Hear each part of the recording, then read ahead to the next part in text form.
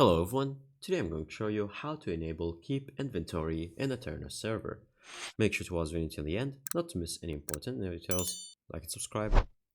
Now all you have to do is to click on whichever server that you are logging on, so for example this one. Then from here you will make sure that you have actually connected to the server before and you have played a little bit.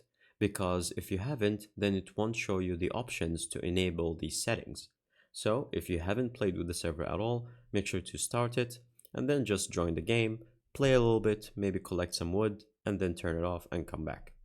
And then once you come back, all you have to do is to search for this button that says world on the left side, click on it. And then from here, it's going to give you these options for this world that you have made, and you're going to click on the options button. Once you have clicked on the options button, you can see right here, once you scroll down, you can see in the game rules section, and you're going to find it in one of these. And as you can see, keep inventory is right there and it's set to false.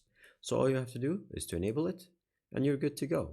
And that is pretty much it. And you can change other settings if you would like. Thank you guys for watching. See you next time. Bye bye.